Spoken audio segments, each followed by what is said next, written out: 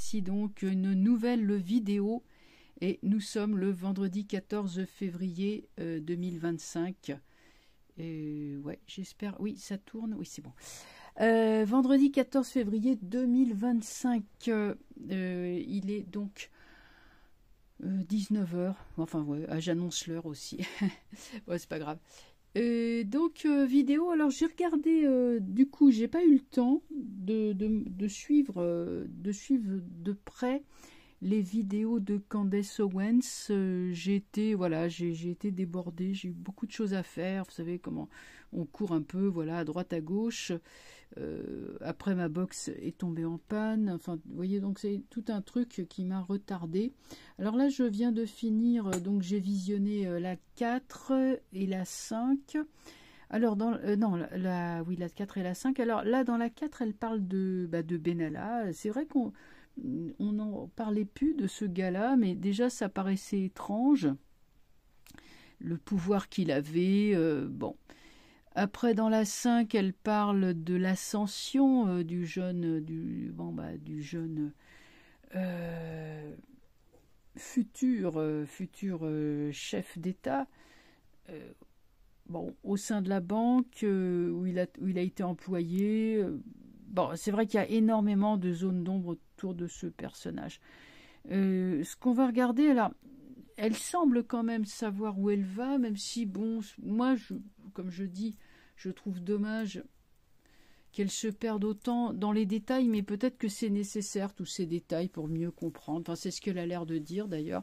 Bon, on va regarder, on va continuer à regarder si ça va bien faire tomber le gouvernement, comme elle l'avait annoncé, hein, espérons. Que moi j'avais vu que c'était quelque chose qui allait avoir un impact très fort. Peut-être que pour nous ça nous semble assez anodin, mais pour eux ça ne l'est pas du tout. C'est peut-être un truc terrible. Mais c'est vrai qu'il faut passer beaucoup de temps sur ces vidéos parce que y a une excellente traduction en simultané par une femme française qui double très bien. Et donc là ça permet de bien capter tout ce qu'elle peut dire.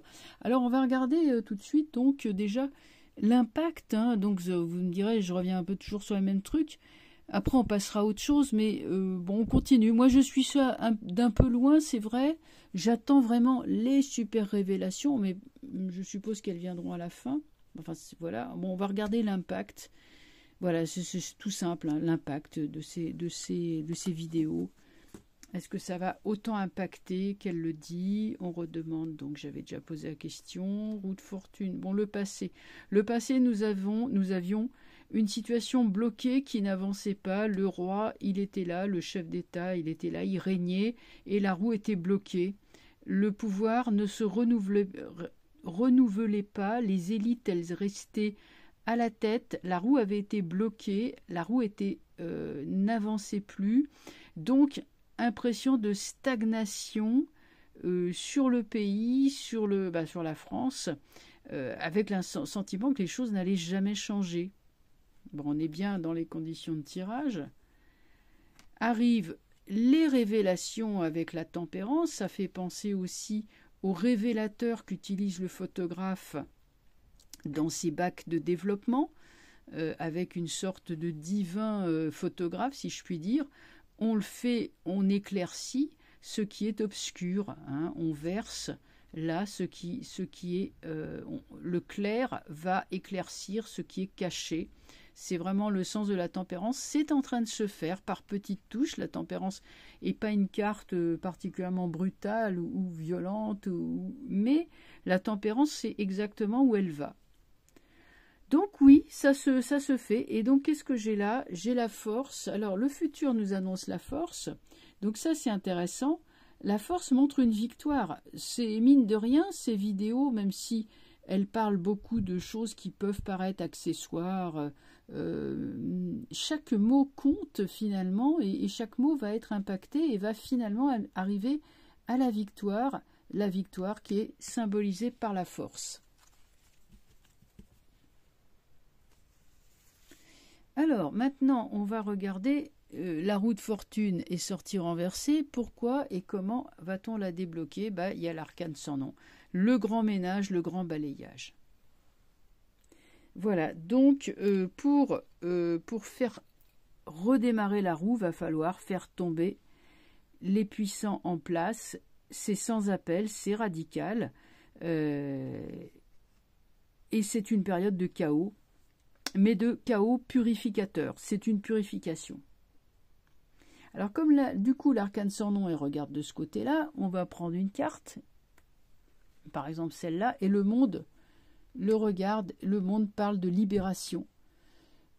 L'action de la tempérance qui consiste à dire, à éclaircir une situation, à dire la vérité, eh bien cette action amène une libération. Et regardez comme le monde regarde bien en face l'arcane sans nom pour lui dire c'est bon, on est libéré. Et si l'arcane sans nom avait la volonté d'anéantir le présent, le monde lui oppose quelque chose. On voit bien qu'il y a un affrontement entre ces deux, mais l'arcane sans nom n'est pas animé de mauvaises intentions. L'arcane sans nom, elle est là pour balayer ça, pas pour balayer lui. Lui, il lui répond, vous voyez, là et là, hop, ça se fait une relation de miroir qui est parfaite, finalement, surtout entre ces deux-là. Quant à la force qui représente le futur, donc qui est une victoire indiscutable, elle regarde vers le chariot. Chariot, on est vraiment sur une reprise, une reprise en main des choses et d'un changement de pouvoir. Voilà, le jeu, il est clairement posé, bien cadré.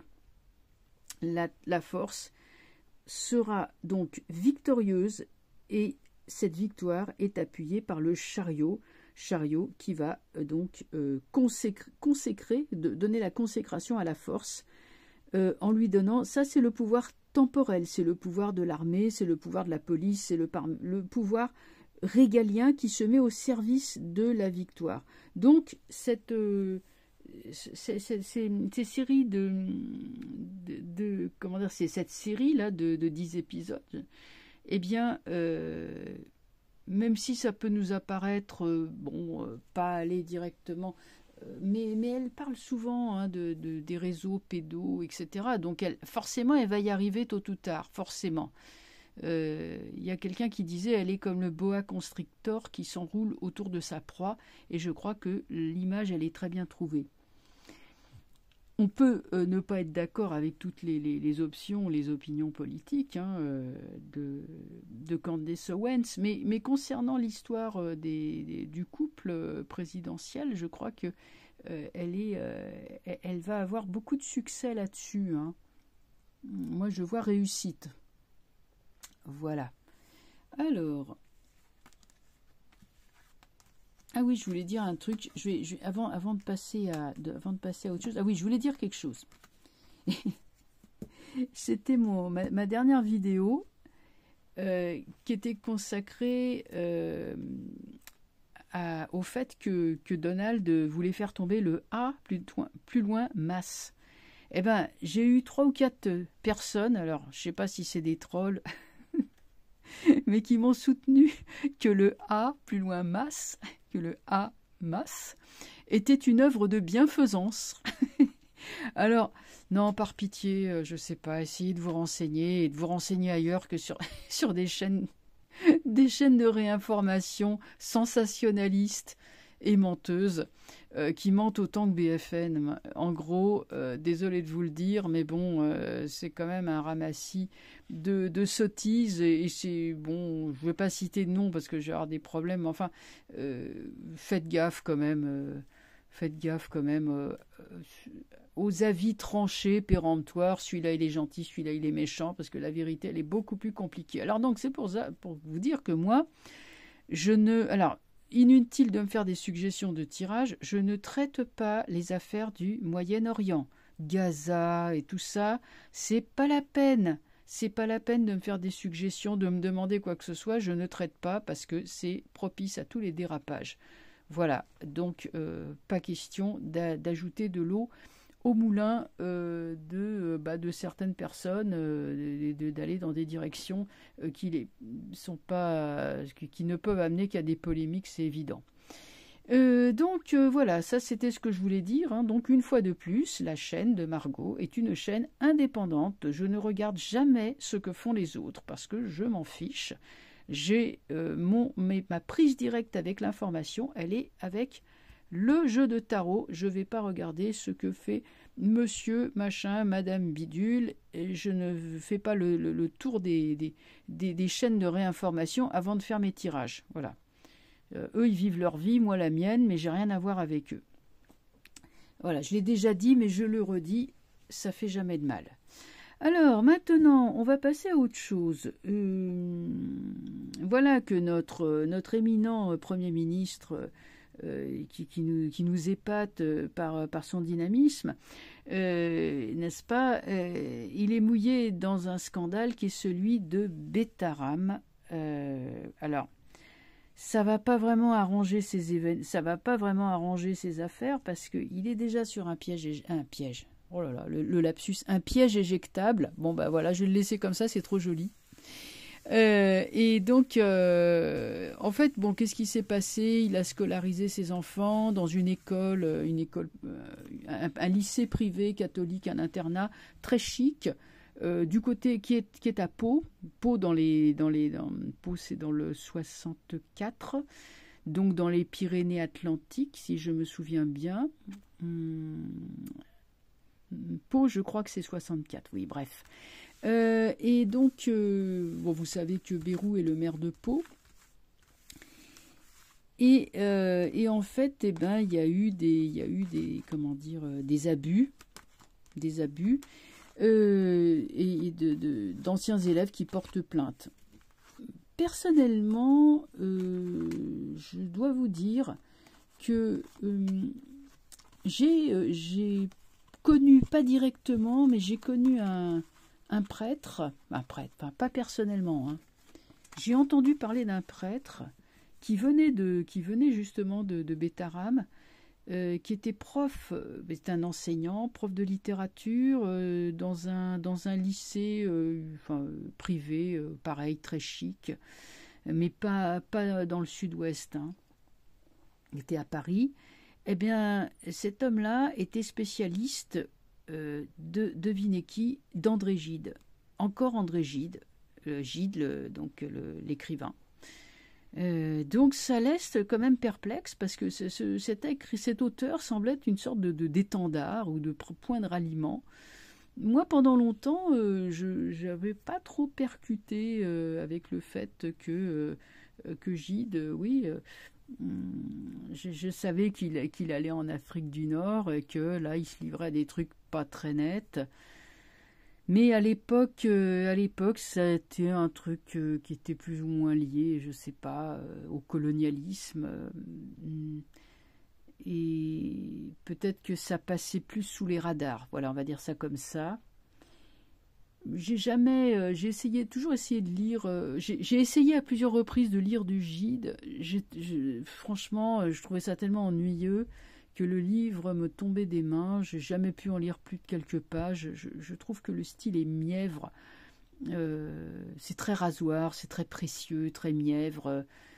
Et dans le genre, je préfère 10 fois Proust. 100 fois, je préfère Proust, qui a une écriture très puissante, très moderne, en fait, étonnamment moderne, malgré les apparences, extrêmement précis et bien plus impactant. Enfin, voilà, bon, mais ça, c'est une question de... les goûts et les couleurs, on ne discute pas, hein. Mais enfin, bref, j'ai jamais aimé Gide.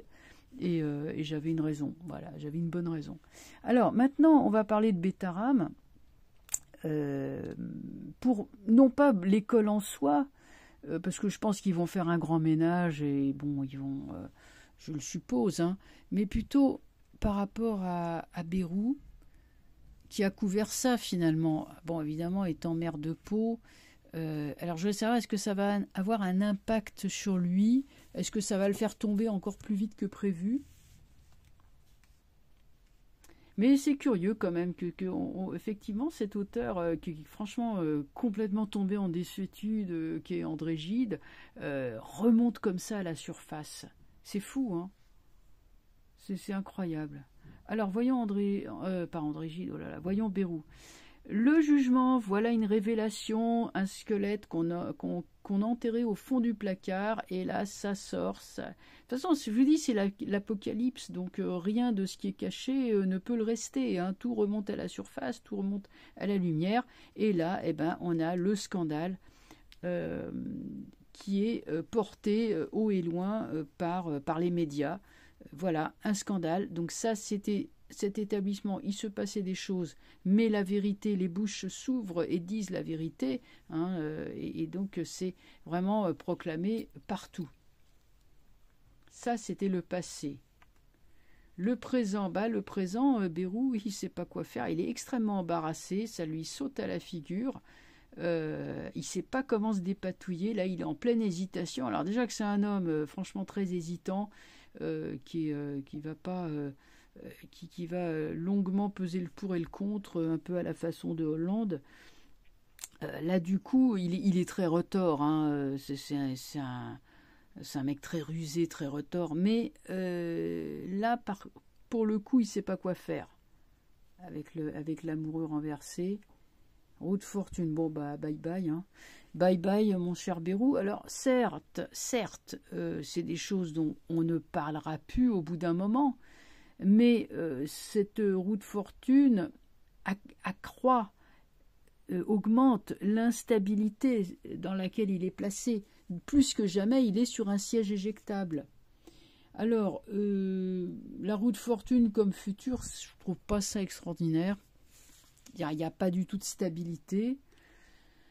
Ce qui fragilise un peu plus encore le pouvoir. Donc l'amoureux est renversé et j'ai, alors là je la mets droite, l'arcane sans nom. Non, il va sauter, hein. Pas forcément à cause de l'histoire de Bétaram, mais ça va le fragiliser. Ça, avec l'arcane sans nom, c'est le ménage. Ça ne pardonne pas. Et alors, je pense qu'il va faire, il va diligenter une enquête et puis écarter les prêtres les plus trouble-fêtes pour les remplacer par d'autres qui sont... bien sous tout rapport. Mais bon, c'est fait. Je veux dire, voilà, ça fait encore un scandale de plus. Et finalement, l'arcane sans nom regardant sur la droite, on regarde, qu'est-ce qu'on a? Le soleil. Bah, le soleil montre quoi? Des jeunes enfants, quoi, qui sont... On peut espérer quand même que le soleil représentant le soleil du sud, hein, à Pau, on est dans les Pyrénées, quand il se met à faire chaud, voilà, ça fait pas semblant. On peut espérer qu'il y aura quand même avec le soleil une nouvelle ère de vérité, de protection des enfants qui va s'ouvrir enfin. Après, quand même, une sorte de guerre qui est faite aux plus jeunes et aux plus fragiles, avec l'arcane sans nom. Donc, c'est toujours en suspens, c'est-à-dire par là qu'il y aura encore des enfants qui seront maltraités, voire pire, mais qu'il y a en même temps dans le futur un mouvement de solidarité et de protection. Vous voyez, avec le mur, c'est l'enceinte qui mure, qui protège les enfants des abus de prédateurs. On peut supposer que cette affaire va éclabousser Bérou et va le fragiliser et concourir à son départ. C'est pas ça forcément qui va le faire partir, mais ça, on va le lui rappeler. Ça ne sera pas oublié.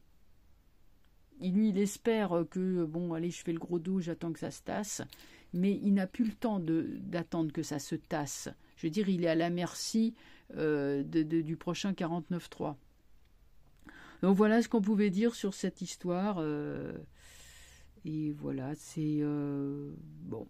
Les choses pour l'instant sont encore un peu endormies. Je pense que d'ici le mois prochain, bon, en astrologie, il y a 2 passages explosifs qui sont mars puis juin. Donc bon, forcément, là, à force de mettre un couvercle sur les remous, la société finit quand même par exploser, hein. Et je pense que les explosions vont arriver. Là, il fait encore froid, mais au printemps, je pense que ça peut ça peut redécoller à ce moment-là. Voilà, et bien écoutez, je vais vous laisser, je vous souhaite un bon visionnage et puis donc une excellente soirée et je vous dis donc à très vite et à très bientôt et bonne soirée. Au revoir.